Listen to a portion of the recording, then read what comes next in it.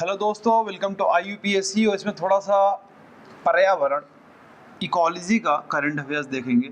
तो सर पहला हमारा मुद्दा है कि वेस्टर्न घाट का हमारा कुछ इशू है। IAS प्रीलिम्स 2016 में ये आ भी चुका है। ठीक है, इसको पढ़ेंगे कि सर दो कमेटी बनाई गई। वेस्टर्न घाट पे हमारा ट्रॉपिकल रेन फॉरेस्ट है, काफ़ी डेंस रेन फॉरेस्ट है, उसको बचाना बहुत ज़रूरी है क्योंकि हमारे यहाँ क्लाइमेट चेंज वर्ल्ड में तेज़ी से हो रहा है। तो सर उसी को बचाने के लिए इंडिया गवर्नमेंट ने कमेटी बनाई जिसका नाम है हमारा गदगिल कमेटी। गदगिल कमेटी ने बनाया कि सर देखो कि वेस्टर्न घाट को कैसे प्रोटेक्ट किया जा सकता है, क्या क्या किया जा सकता है। तो एक रेडिकल हमारा पॉलिसी बनाया गदगिल साहब ने। इन्होंने बोला कि जितना भी हमारा वेस्टर्न घाट है ये हमारा इकोलॉजिकल सेंसिटिव एरिया में आता है। तो सर 100% जो वेस्टर्न घाट है यहाँ पर इसको इकोलॉजिकल सेंसिटिव एरिया में डालो। अब सर क्या होता है, इकोलॉजिकल जो सेंसिटिव एरिया होता है ना, वहां पे क्या करते हैं कि मान लीजिए हमारा नेशनल पार्क है या जो इकोलॉजिकल सेंसिटिव एरिया है, उस एरिया में आप इंडस्ट्री और माइनिंग नहीं कर सकते। आपको ये पता होगा कि हमारा जो वेस्टर्न घाट है यहाँ पे रिच मिनरल रिसोर्सेज हैं, तो मिनरल आप नहीं निकालेंगे तो मिनरल के बगल में ही इंडस्ट्री लगानी पड़ेगी, नहीं तो ट्रांसपोर्टेशन कॉस्ट ज़्यादा होगा और हमारा जो भी माल विदेशों में बेचेंगे तो कंपिटेटिव नहीं होगा मार्केट में। तो सर हमारा जो इकोनॉमिक एक्टिविटी है ये तो कम होगा। कम क्या, बंद हो जाएगी वेस्टर्न घाट पे। तो सोशल डेवलपमेंट हम नहीं कर पाएंगे, सोशल इकोनॉमिक डेवलपमेंट कंट्री का नहीं कर पाएंगे। तो गवर्नमेंट ने बोला यार गदगिल साहब तुमने तो मतलब फंसा दिया यार। और सर क्या होता है, इकोलॉजिकल सेंसिटिव एरिया में आप होटल और रिजॉर्ट खोल सकते हैं। होटल और रिजॉर्ट को रेगुलेट किया जाएगा उस एरिया में, और आप ऑर्गेनिक फार्मिंग या कोई फार्मिंग कर सकते हैं, इसमें कोई प्रॉब्लम नहीं है। लेकिन इंडस्ट्री और माइनिंग आप नहीं कर सकते हैं। तो इंडिया गवर्नमेंट ने कहा सर गदगिल साहब आपने तो फंसा दिया यार हमको। तो उन्होंने बोला दूसरी कमेटी बनाओ। एक कस्तूरी रंगन कमेटी बनाई गई जो हमारे फॉर्मर इसरो चेयरमैन थे। इन्होंने बोला कि सर 100% नहीं, 37% जो हमारा एरिया है इसको इकोलॉजिकली सेंसिटिव एरिया में आप लगाओ, और जो रेस्ट ऑफ एरिया है वहाँ पे आप इंडस्ट्री और माइनिंग एक्टिविटी करो, कोई दिक्कत नहीं है। तो इसी पे सवाल आया था कि जो हमारी कस्तूरी रंगन कमेटी है और गदगिल कमेटी है ये कहाँ किससे रिलेटेड है, वेस्टर्न घाट से, हिमालय से? तो इसमें सही हमारा आंसर है वेस्टर्न घाट से। सर इसके बाद देखिए हमारी इंडिया गवर्नमेंट ने लॉन्च किया है first ever river survey figure out the aquatic wild life. मतलब कि भैया रिवर का सर्वे करना है और जो एक्वाटिक वाइल्ड लाइफ है उसके बारे में पता करना है। बेसिकली पता करना है रिवर जो गंगा है, गंगा नदी में पता करना है कि सर जो गंगेटिक डॉल्फिन है और जो हमारी वो एक्वाटिक वाइल्ड लाइफ है इसमें क्या प्रॉब्लम आ रही है। ठीक है, ताकि हम बेटर मैनेजमेंट कर सके और रिवर कंजर्वेशन कर सके। इसके बाद सर देखिए बेसिकली हमारा Namami Gange under the Namami Gange programme इसको बनाया गया है और कोलैबोरेशन किया गया है wild life institute of India से। याद रखें, Namami Gange plus wild life institute of India. Sir significant ये है कि सर हमारे यहाँ जो नेशनल एक्वाटिक एनिमल है वो हमारी गंगेटिक डॉल्फिन है।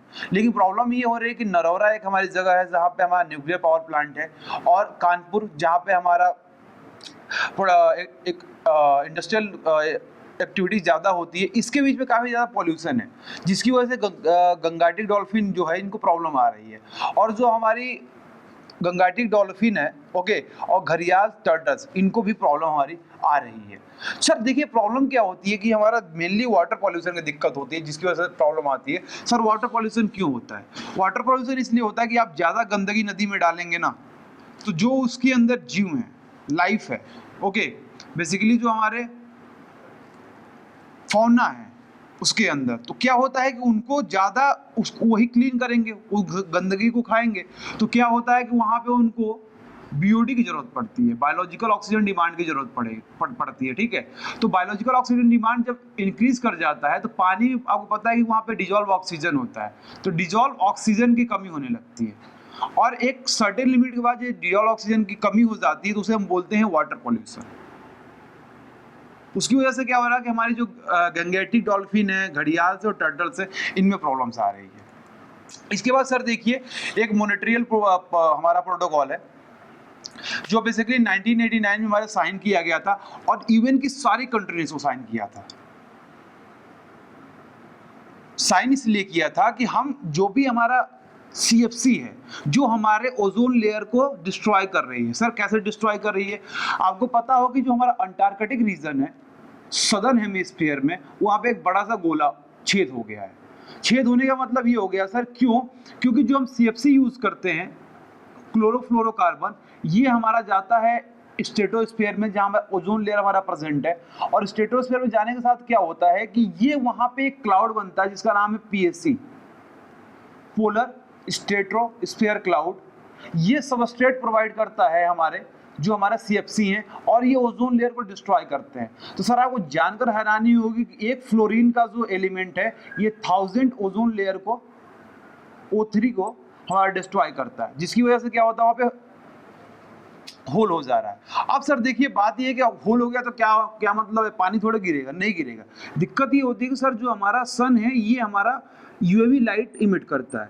UV लाइट जब इमिट करता है तो होता क्या है कि ये UV लाइट सबसे ज़्यादा हमारा मतलब सारी जो UV लाइट है ये हमारी एब्जॉर्ब की जाती है by the ozone layer. Ozone layer क्या करती है? मोस्ट ऑफ द लाइट हमारी एब्जॉर्ब कर लेती है। सर इसमें क्या होता है कि जब ये UV लाइट हमारे एब्जॉर्ब हो जाती है तो ये हमारे स्किन को पेंट्रेट नहीं कर पाती है, जिसकी वजह से हमारा स्किन कैंसर नहीं होता है। लेकिन आप देखेंगे कि जब हमारा ओजोन लेयर डिस्ट्रॉय होगी तो क्या होगा? UV लाइट हमारी पेंट्रेट कर जाएंगी और हमारा स्किन कैंसर बढ़ जाएगा। और सर ये तो सदर्न हेमिस्फीयर का एग्जांपल है। नॉर्दर्न हेमिस्फीयर में क्या हुआ कि लंदन के ऊपर क्या हुआ है कि एक बहुत तेजी से वहाँ पे कूलिंग हुई है। और देखिए ये जो हमारा सबसे ज़्यादा जो डिस्ट्रॉय होता है हमारा ओजोन लेयर, ये विंटर सीजन में होता है। लंदन के ऊपर क्या हुआ है? बहुत तेजी से कूलिंग हुई है, इसकी वजह से क्या हो रहा है कि वहाँ पे भी एक छोटा सा होल बन गया है। ठीक है, तो ये प्रॉब्लम आ रही है। इसी के लिए क्या बोला गया? मॉनिट्रियल प्रोटोकॉल हुआ कि भाई जो हमारी CFC है इसको आप कम करो, इसका प्रोडक्शन कम करो। उसके बाद CFC को रिप्लेस करके हमने क्या किया? ठीक है सर CFC नहीं लगाएंगे, कुछ तो लगाएंगे, क्योंकि हमें AC की हवा खानी है, बियर ठंडी करनी है तो एयर कंडीशनर लगाना पड़ेगा। तो CFC को हमने यूज़ किया HCFC से। उसके बाद अभी हमारी किगाली एग्रीमेंट हुई जिसमें हमने क्या कहा है कि HFC को 95% तक हमें कम करना है 2045 तक, किगाली एग्रीमेंट में। बहुत इंपॉर्टेंट है फिल्म्स के लिए इस बार के लिए। ठीक है सर, तो अभी हमारा जो इंडिया में जो फेज चल रहा है कि हम बोल रहे हैं कि जो HCFC है इसको एलिमिनेट कर देंगे 2030 तक। तीसरी बात हुई है कि हमारा सेकेंड ये हमारा प्रोग्राम है इंडिया में, ताकि हमें HCFC को 2030 तक फेज आउट करना है और उसके बाद हमारा काम करेंगे 15 साल किस पे? 2045 तक हमें फेज आउट करना है अपने HFC को। ठीक है, ताकि सर देखिए CFC आपका करती है ओजोन लेयर को डिस्ट्रॉय करती है, लेकिन जो HCFC है ये ओजोन लेयर को कम डिस्ट्रॉय करती है, लेकिन इसका ग्लोबल वार्मिंग पोटेंशियल बहुत ज़्यादा है। और जो HFC है ये सर तो डिस्ट्रॉय नहीं करती हमारे ओजोन लेयर को, लेकिन इसका ग्लोबल वार्मिंग पोटेंशियल और ज़्यादा है। तो हमारे यहाँ क्लाइमेट चेंज हो रहा है, टेम्परेचर इंक्रीज कर रहा है, तो सर सबसे ज़्यादा जो हमारा ग्लोबल वार्मिंग पोटेंशियल है हमारा HFC का है। इसकी वजह से क्या होगा जी, इसको फेज आउट नहीं करेंगे तो जितना CO2 नहीं बढ़ाएगा उससे ज़्यादा HFC बढ़ा देगा। तो प्रॉब्लम इसकी आ रही है, इसलिए हम इसको फेज आउट कर रहे हैं। इसीलिए हमारा किगाली एग्रीमेंट हुआ HFC के लिए और इंडिया का सेकंड फेज चल रहा है HCFC को एलिमिनेट करने के लिए। ओके सर, अगला टॉपिक ये है वेस्टर्न घाट के बारे में थोड़ा जान लेते हैं कि सर हमारा 1500 किलोमीटर का ये इकोलॉजिकल रिच एरिया है जो गुजरात, महाराष्ट्र, कर्नाटका और गोवा, केरला, तमिलनाडु में फैला हुआ है। सर यहाँ पे रेप्टाइल्स और एम्फीबियंस बहुत ज़्यादा मिलते हैं और उसके बाद यहाँ पर रेयर फ्लोरा और फौना मिलते हैं, जिसमें रेयर जो हमारा फौना है वो लॉयन टेल्ड मकाऊ है। ठीक है सर, उसके बाद नीलगिरी लंगूर है, नीलगिरी तहर है, फ्लाइंग स्क्वायरल है, मालाबार ग्रे हॉर्नबिल है। अब सर बात ये है कि जो हमारा वेस्टर्न घाट है ये सिंगल लार्जेस्ट पॉपुलेशन है हमारा जो इंडेंजर्ड एशियाटिक एलिफेंट है और वनरेबल इंडियन बिसन्स है। सर बात है कि जो वेस्टर्न घाट इसको दो भागों में डिवाइड किया गया है, हमने दो भागों में डिवाइड किया गया। एक हमारा कोस्ट होता है कोंकण कोस्ट और दूसरा कोस्ट होता है मालाबार कोस्ट। तो सर महाराष्ट्र से लेकर गोवा तक के कोस्ट को हम कोंकण कोस्ट बोलते हैं और गोवा के बाद से तमिलनाडु का जो कोस्ट होता है उसे मालाबार कोस्ट बोलते हैं। ईस्टर्न कोस्ट को हम कोरोमंडल कोस्ट बोलते हैं। तो ये हमारी कुछ बातें हैं, इसको जानना चाहिए हमें वेस्टर्न घाट के बारे में। सर इसके बाद देखिए वर्ल्ड बैंक ने 50% पैसा देंगे, जो कि पैसा होगा 175 मिलियन। किस लिए पैसा ले रहे हो भाई? खाने पीने के लिए नहीं। सर हम क्या करना चाह रहे हैं कि फ्लड को फॉरकास्ट करने का सिस्टम लगाना चाह रहे हैं इंडिया में। उसके लिए क्या हो रहा है कि हमें वर्ल्ड बैंक पैसा दे रही है। 50%, मतलब इसका कुल मिलाकर $350 मिलियन का हमारा खर्च है, जिसमें 50% बेयर करेगी हमारा वर्ल्ड बैंक। तो सर आप फ्लड को फोरकास्ट करके क्या करोगे? सर बात ये है कि हमारे नॉर्मल मानसून भी आता है तो यूपी बिहार में बाढ़ आ जाता है, तो फ्लड को फोरकास्ट कर सकते हैं। उससे क्या कर सकते हैं कि फ्लड को रोकने के लिए दीवार बना सकते हैं, ठीक है। हम प्रोएक्टिव अप्रोच लगा सकते हैं। सर कहाँ कहाँ पे लगाओगे? 2 रिवर है हमारे यहाँ, कृष्णा साउथ में है और सतलज बीच हमारे नॉर्थ में है। तो ये 2 हमारे रिवर्स पे क्या करना है, ये फ्लड फोरकास्ट सिस्टम को हमें इंस्टॉल करना है, ताकि हम इकोनॉमिक जो हमारा लॉस हो रहा है फ्लड की वजह से इसको कम कर सके। उसके बाद जो हमारा ह्यूमन लॉस हो रहा है, ह्यूमन रिसोर्स का लॉस हो रहा है, इसको हम कम कर सके, ठीक है सर। और ये हमारा सपोर्ट करेगा डिसीजन मेकिंग में कि किस तरह से हम फ्लड को रोका जाए। ये रहा हमारे कुछ बातें इकोलॉजी से related. Thanks for watching, have a nice day.